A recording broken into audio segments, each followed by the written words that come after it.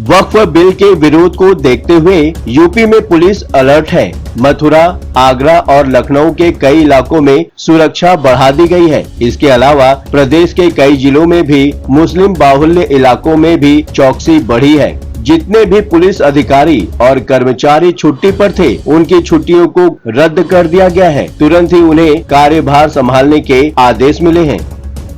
UP में 57,792 सरकारी संपत्तियां वक्फ रिकॉर्ड में दर्ज हैं, जिनमें से कई संपत्तियां नियमों का उल्लंघन कर अवैध रूप से वक्फ संपत्तियों के रूप में दर्ज की गई हैं। ये खुलासा होने के बाद सरकार ने इस मामले में कड़ी कार्रवाई करने का निर्णय लिया है। शाहजहांपुर, रामपुर, अयोध्या, जौनपुर और बरेली जैसे जिलों में वक्फ संपत्तियों पर अवैध कब्जों की कई शिकायतें सामने आई हैं। सरकार इन मामलों की जांच कर रही है। ऑल इंडिया मुस्लिम जमात के अध्यक्ष मौलाना शहाबुद्दीन रुतवी ने कहा कि वक्फ संशोधन बिल से मुसलमानों को डरने की जरूरत नहीं है। इस बिल से उनको कोई खतरा नहीं है। मौलाना ने उम्मीद जताई है कि ये बिल इस संसद में पास हो जाएगा। इसमें कोई दिक्कत नहीं होगी। विपक्षी दल इसका विरोध करेंगे क्योंकि उनको वोट बैंक की राजनीति करनी है।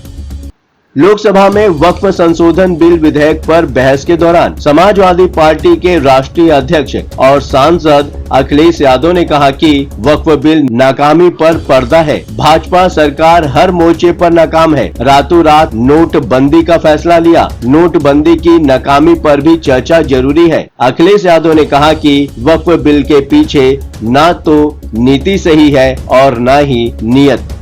दिनेश फलाहारी ने प्रधानमंत्री नरेंद्र मोदी को खून से पत्र लिखा है। उन्होंने मांग की है कि वक्फ की जमीन पर कॉलेज और अस्पताल बना दिए जाएं। दिनेश फलाहारी ने खून से लिखा है कि 1947 में हिंदुओं के लिए हिंदुस्तान दिया गया था और मुसलमानों के लिए जिन्ना ने पाकिस्तान मांग लिया था, लेकिन कांग्रेस सरकार ने हिंदुओं को बेशक ठगने का काम किया। कांग्रेस ने वक्फ बोर्ड बनाकर हिंदुस्तान की बेशकीमती जमीन मुसलमानों को दे दी।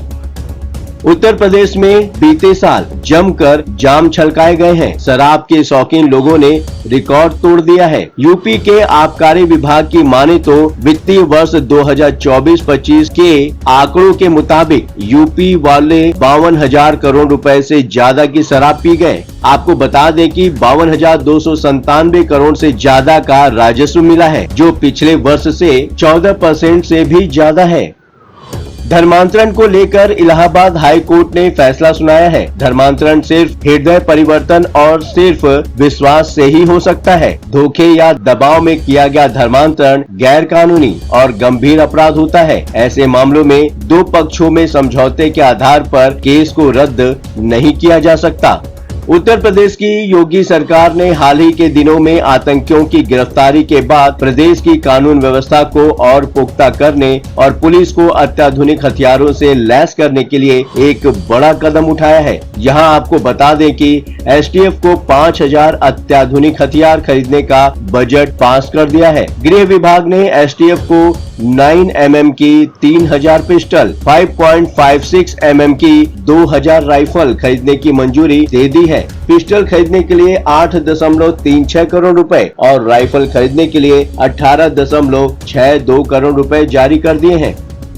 मेरठ के चर्चित सौरभ राजपूत की हत्या के मामले में जेल में बंद पत्नी मुस्कान और उसके प्रेमी साहिल की आज वीडियो कॉन्फ्रेंसिंग के माध्यम से कोर्ट में पेशी कराई गई। दोनों हत्यारों को 14 दिनों की न्यायिक हिरासत में जेल भेजा गया है। जेल जाने के बाद दोनों अपराधियों की ये पहली पेशी हुई है। आज पेशी के दौरान इनकी न्यायिक हिरासत को और बढ़ाया गया। दुनिया भर में मौजूद राम भक्तों के लिए रामनवमी के अवसर पर एक अच्छी खबर सामने आई है। अयोध्या में श्री राम के भव्य मंदिर का निर्माण कार्य अपने अंतिम चरण में है और इसी क्रम में राम मंदिर के शिखर प्रतिष्ठा पूजन कक्ष का शुभारंभ कर दिया गया। राम जन्मभूमि में मंदिर निर्माण कार्य जोरों पर है और इसके शिखर निर्माण की प्रक्रिया लगभग पूर्णता की ओर है।